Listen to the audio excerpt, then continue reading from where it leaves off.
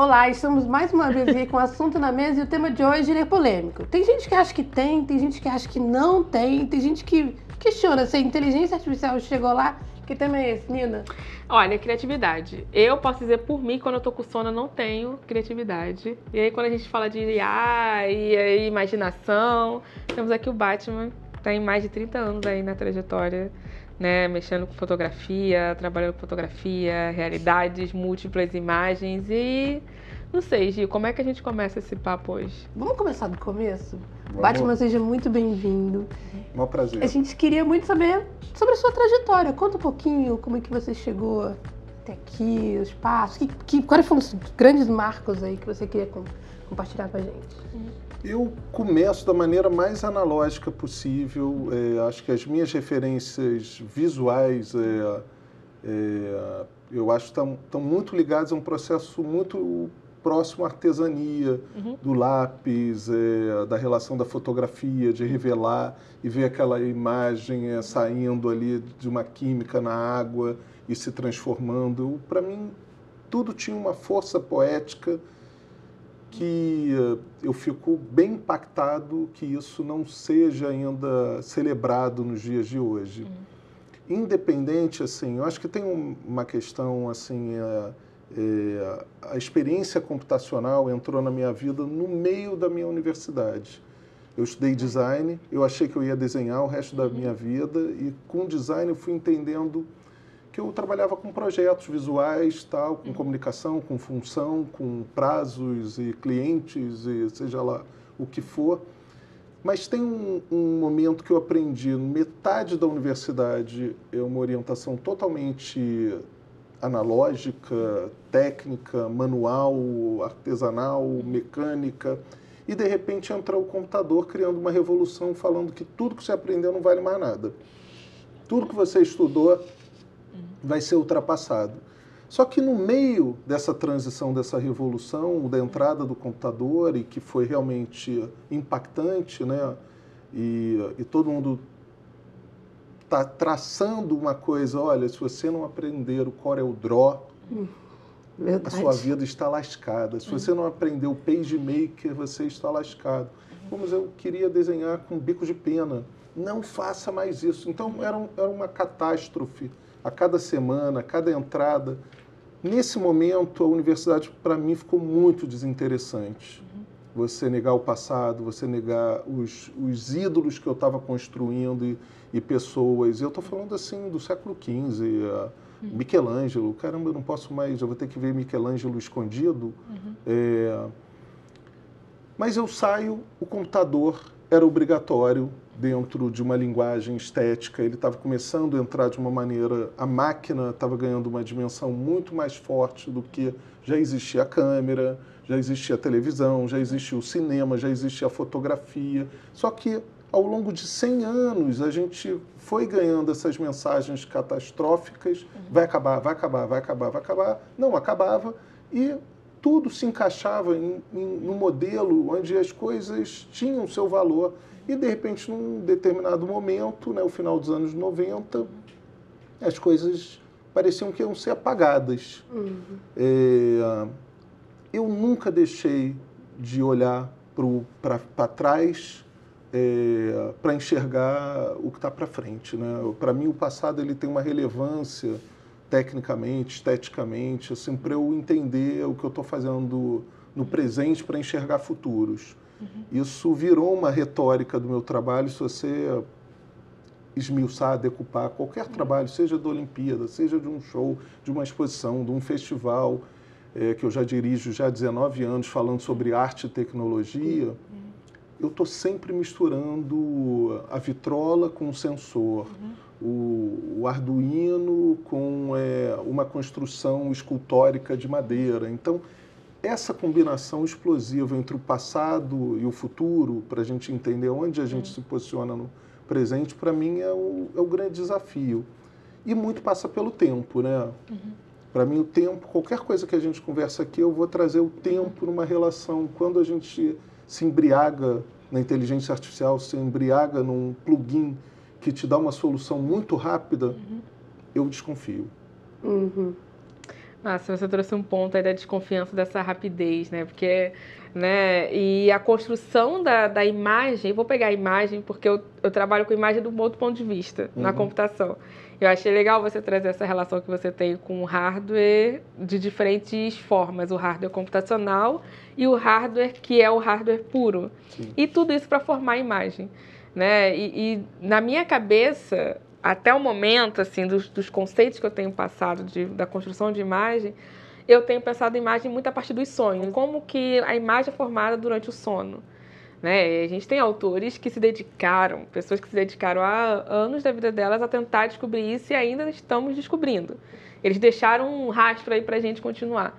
E eu queria saber como que você relaciona isso, como que você relaciona a imagem na hora que você bota na mesa.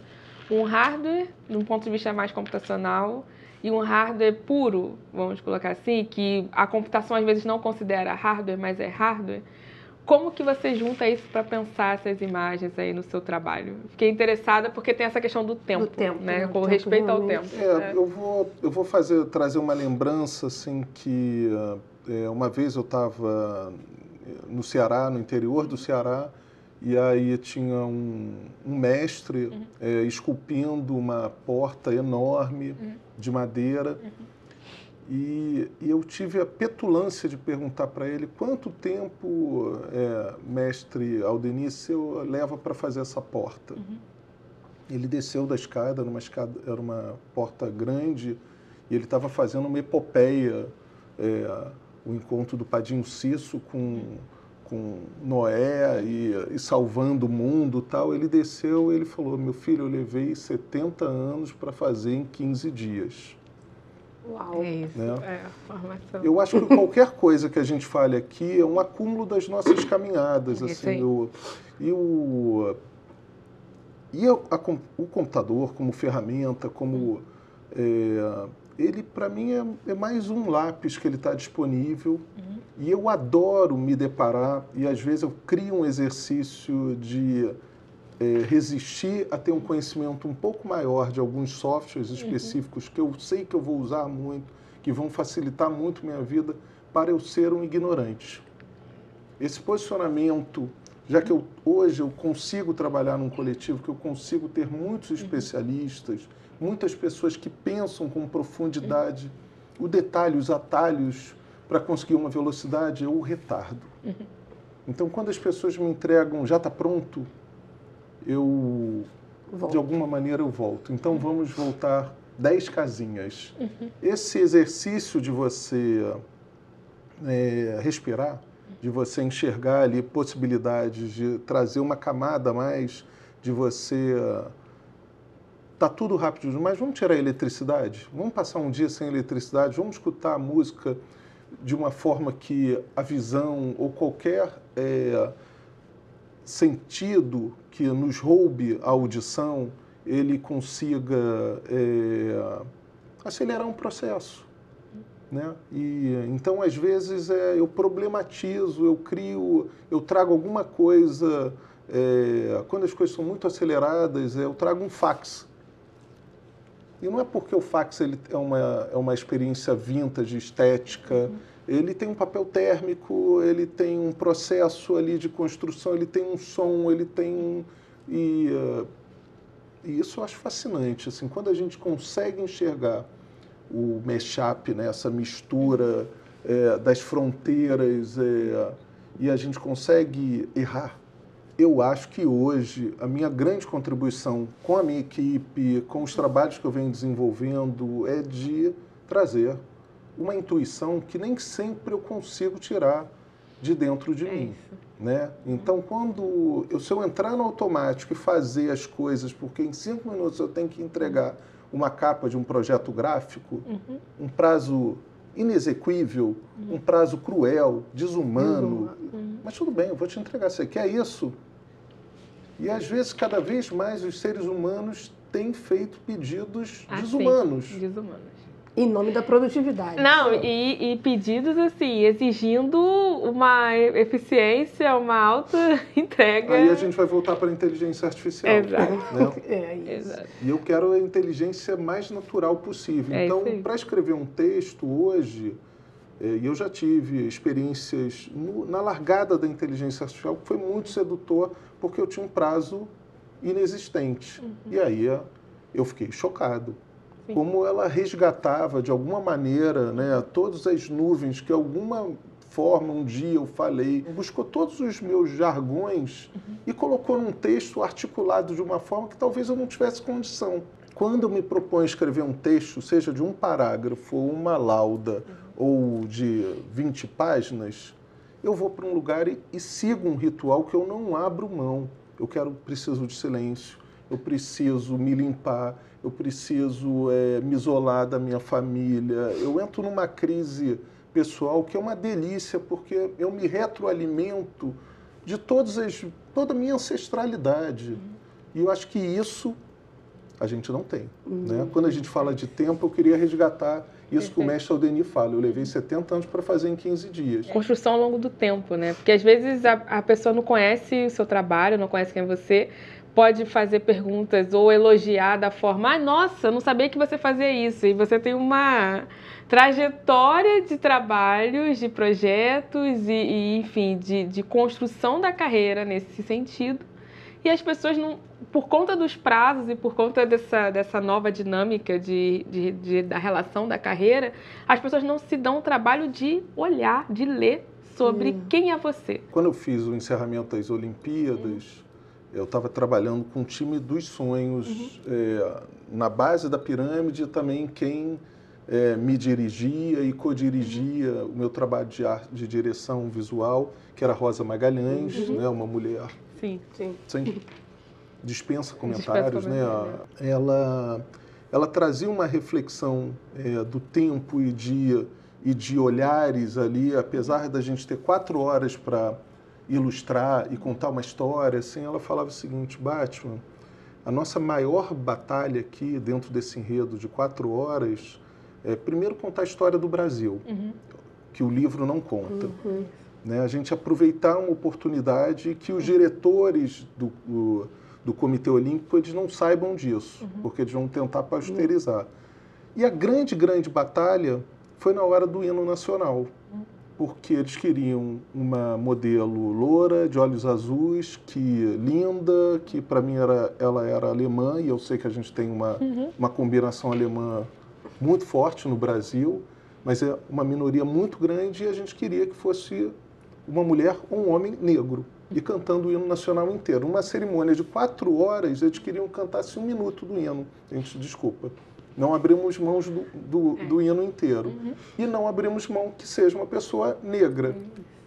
E aí, no final, foi o Martinho da Vila. Esse, para mim, foi o meu trabalho. Você pode falar de qualquer outra coisa, mas o fato de ter o Martinho da Vila, com suas filhas, seus netos, compondo ali como se fossem estrelinhas desse país chamado Brasil, que eu chamo de Brasis, cantando o hino, para mim é a imagem que eu mais lembro dessa experiência. É claro que o que foi para o mundo foi visto por 3,5 bilhões de pessoas, todo o esforço ali e tudo que a gente aprendeu para animar uma tela, eu jamais tinha pensado em entender como aquilo funcionaria tecnicamente, como é que numa mesa como essa, chamando isso como tela, que era o Maracanã, quando passava uma gaivota daqui até aqui, quando eu olhava na nossa tela de trabalho, passava numa velocidade. Quando a gente foi fazer o primeiro protótipo, era uma outra velocidade, para você enxergar o que na tela a gente achava que estava lento.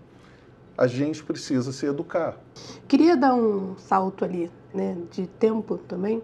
Como era você criança, do ponto de vista criativo, isso foi algo que te marcou? Foi algo que você aprendeu, por exemplo, quando você falou, gente, precisei associar coisas de papel, lápis com o CorelDRAW. Como é que foi essa questão da criatividade se formando com você para que você seja tão rico?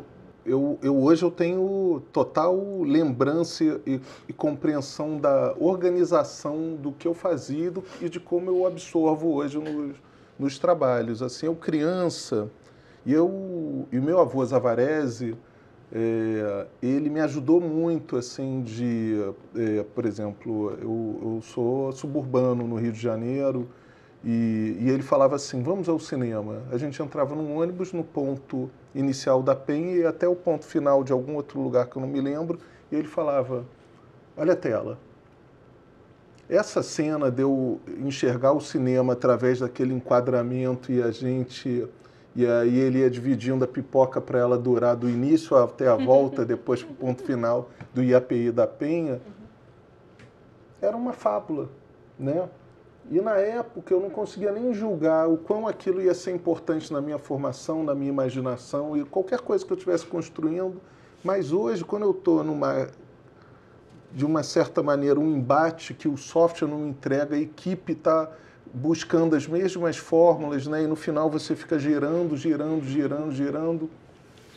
Vamos ao cinema? E aí eu trago todo mundo para o cinema. Quando a gente muda a paisagem, em vários sentidos, né? Vamos num lugar onde tem verde, não tem luz elétrica, vamos num lugar onde tem a linha do trem, vamos seguir. E você tem que sentir alguma coisa. Curiosidade, medo, alegria, ver outra escala cromática. Cadê o azul do céu?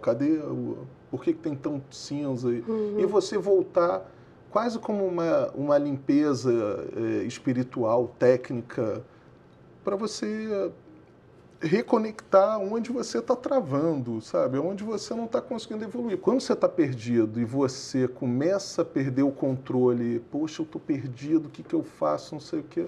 Na hora que você entende que isso é uma parte importante para você somar, você começa a trazer outras camadas ali que você não está acostumado a jogar. Você vai sair das suas formas. Se você entrar no Instagram, entrar no TikTok, entrar em qualquer outra rede social, porque ele vai te dar uma série de coisas que dá para todo mundo, ou ele determina que para você é interessante, ou você não está sendo protagonista de nada, né? Bom, galera, nós, como sempre aqui, temos um quiz hoje. É um quiz um pouco polêmico, tá? Vamos tentar adivinhar qual é o país que mais tem usuário do ChatGPT. Vamos pro intervalo, vocês vão ter um minutinho para pensar e na volta a gente toca nesse assunto aí.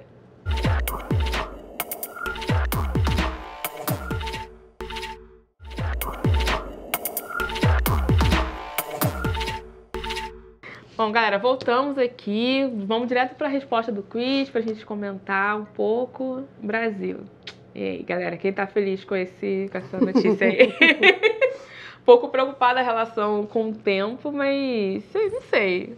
Gil, o que você acha aí dentro da... O Brasil tem esse histórico de adotar muito rápido qualquer tecnologia e a gente, né, fazemos parte de um país que adota uns hypes muito antes deles serem fundamentados, né? Isso, obviamente, me faz pensar muito na educação, sabe, Batman? E você estava falando de do tempo, de como você... Essa coisa da coisa pronta, da coisa imediata... Com uma inteligência artificial, com ferramentas como o ChatGPT, isso é abreviado, né? Levar isso A gente é laboratório o tempo todo, né? A gente parece aquele hamster que fica correndo ali e vai injetando um monte de coisa ali e uma hora ele se esgota e ele cai, né? Porque ele correu tanto. Essa frase, nós queremos ser protagonistas ou consumidores, né? É uma questão ligada à educação, né? Se a gente for educado a explorar o ChatGPT e a criticá-lo e usá-lo para que realmente ele tenha uma função dentro das nossas vidas para melhorar o nosso tempo, melhorar a nossa relação com o trabalho, melhorar o rendimento, aí eu sou a favor. Né?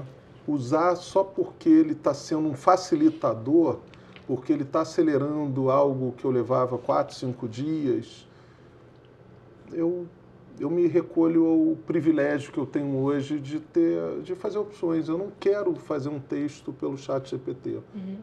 Até tendo a consciência que muitas vezes seria um texto muito melhor do que eu escreveria, mas eu quero errar, né? Mas também crio essa de uma forma muito determinada, como eu posso educar essa máquina, esse meu canal, né, da inteligência artificial, para um dia eu ter uma relação muito mais amorosa. As gerações mais novas, né, entre 25 e 35 anos, das pessoas que trabalham comigo, têm uma facilidade de olhar sem preconceito dos resultados imediatos, né? E quando eu olho o resultado, eu falo assim, essa pintura não tem uma pincelada que me emociona. Mas ela está perfeita, ela tem uma escala cromática que talvez esse artista, esse designer, esse animador não tivesse habilidade para fazer. Isso ele acha o máximo. Isso ele investe porque é uma satisfação, né? Uma endorfina, uma coisa que entra no teu corpo e você se acha um super-herói, né? Eu falo na autoridade que eu sou o Batman, né? Eu fico frustrado, eu falo, porra, isso não pode ser normal. Então eu tenho uma relação hoje de tentar alterar o algoritmo que está ali dado, né? E eu vou chamar aqui de hackear. Eu quero, meu interesse hoje prioritário com o ChatGPT e todas as possibilidades da inteligência artificial é como eu vou hackeá-los. Isso é o que me interessa. E aí eu não quero o resultado. Eu quero, no final, fazer essa pergunta. Você entendeu? Entendeu o que eu estou te falando? Entendeu o que eu estou te nutrindo? E aí eu quero que ele repita exatamente aquele meu canal, aquele meu alter ego, que ele armazene uma informação que eu vou esquecer. Mas em algum momento eu vou voltar e vou falar, olha, eu quero falar sobre ancestralidade. Eu quero falar sobre essa informação que eu recebi agora dos povos Yanomamis, que eu recebi agora de uma orientação iorubá. Você tem esse letramento, então se recolha a compreensão do entendimento. Se eu preciso escrever de uma forma tão didática, quase estúpida, para uma máquina, para me beneficiar, por que eu não posso me dedicar a essa forma com meu filho, com os meus estagiários, com as pessoas que estão trabalhando comigo, que não tiveram a compreensão e o desenho de mundo que eu já tive a oportunidade de ter. Eu sempre quero acelerar e falar, como é que você não entende isso aqui? Isso é o básico. Mas você já percorreu esse caminho que eu percorri? Então, essa impaciência também que eu tenho, tem me ajudado muito a olhar para o ser humano e falar, opa, eu tenho que mudar aqui também. Então, só isso para mim já é uma transformação melhor que o resultado. Assim, caminhar para mim é mais legal do que chegar. Então, você está ali fazendo associações e está provocando para que a máquina faça associações, mas não necessariamente de resposta. E aí, nesse processo, você já encontrou referências ou citações que você conhece e que a máquina colocou para outra pessoa, para outro autor? E quais foram os outros erros, se esse tiver aparecido, mas quais foram os outros erros ali nessa construção? Erro no sentido de, assim, no meu entendimento, só quem pode errar é um indivíduo, é um ser humano.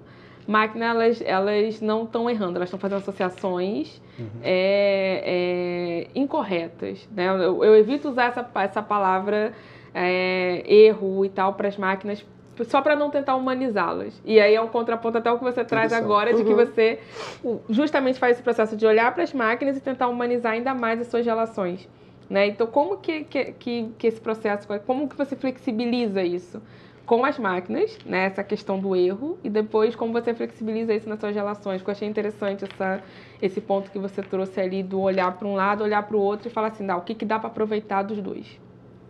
Eu acho que tem uma coisa que jamais uma máquina vai nos dar, que é a intuição, né? Então, quando ela, depois de um certo processo, eu entendo que eu estou sendo muito paciente com uma máquina e muito impaciente com as pessoas que estão comigo, algumas há 18 anos, outras há 1 ano, outras 10 anos, assim. Isso já me é um alerta, assim, para eu virar e começar a redesenhar o meu mundo, meu pequeno mundinho ali. Isso foi uma doação do ChatGPT.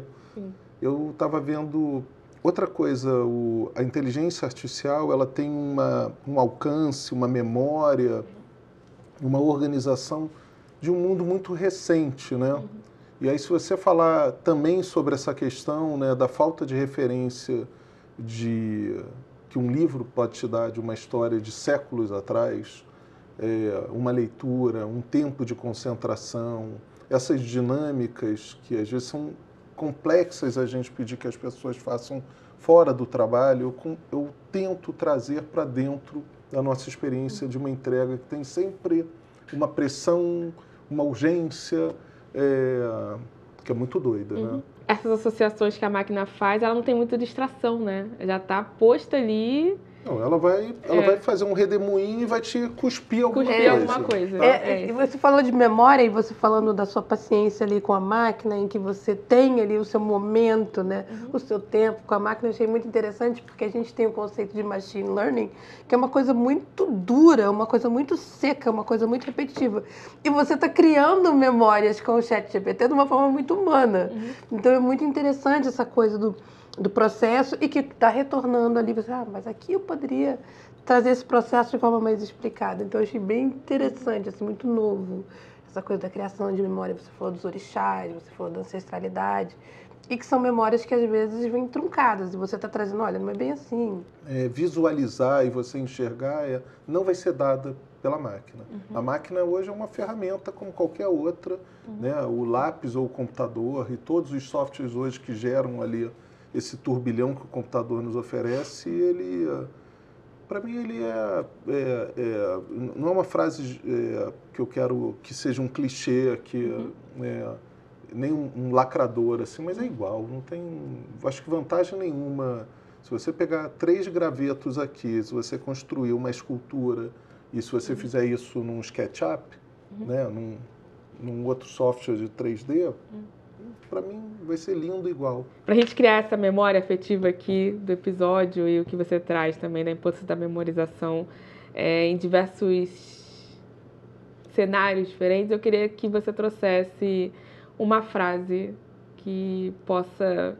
Aí eu vou ser petulante igual você foi com o seu... com o senhor lá do Ceará, que eu esqueci o nome.